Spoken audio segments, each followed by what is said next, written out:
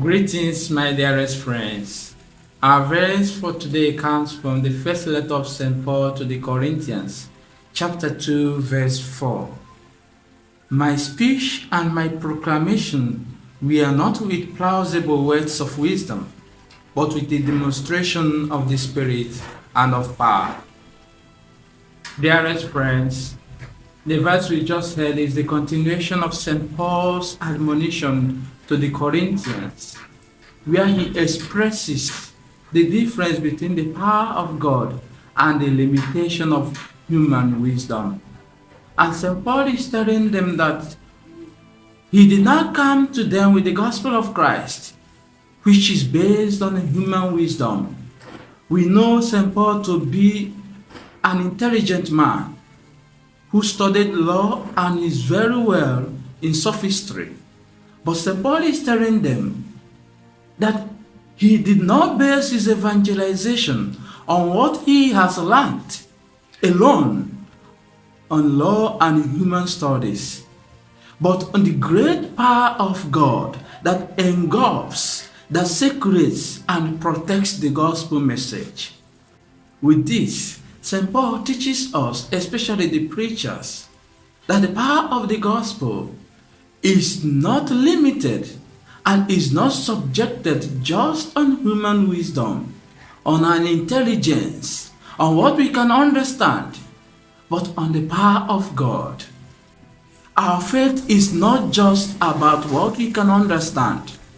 Our faith is not just about how intelligent we are. Yes, there are aspects that our faith need understanding.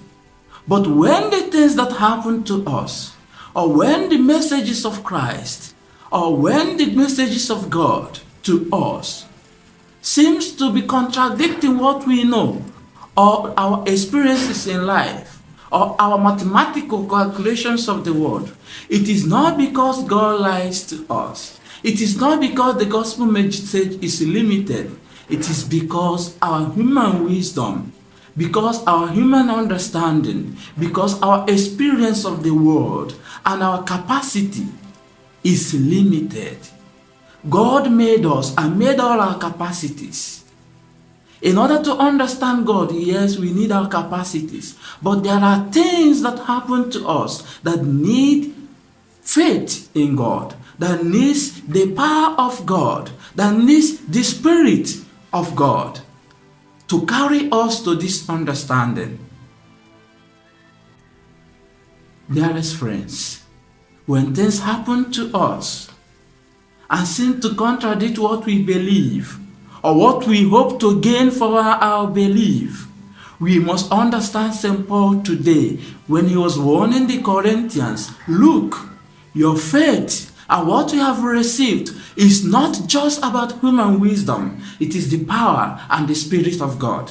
And for you to understand that gospel message, it is not just the usage of your human wisdom. It is not just the usage of your human capacity. You must possess the Spirit of God. You must possess the power of the gospel. You must bring yourself down and understand your limitation and the limitation of our human reasoning for God to inspire and to teach us.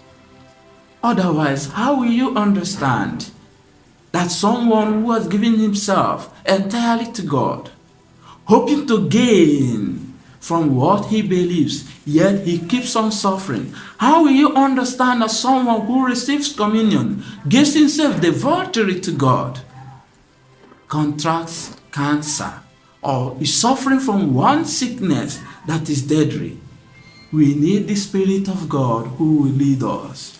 Isaiah 55 verse 9 says, for as the heaven is higher than the earth, so is my thought.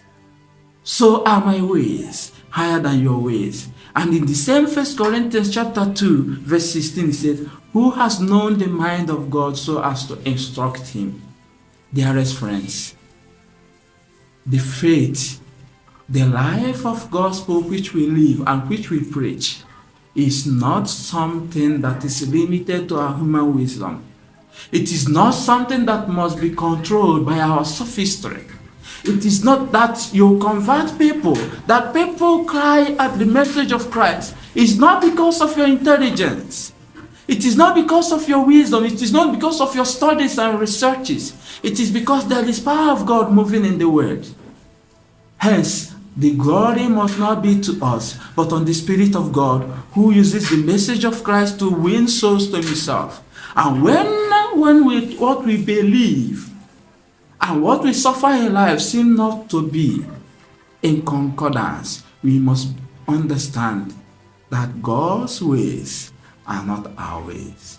May God teach us to be humble, to understand our limitations and limitations of our capacities, and to know that actually the gospel message and the life of the gospel moves and is being moved by the Spirit of God. Amen.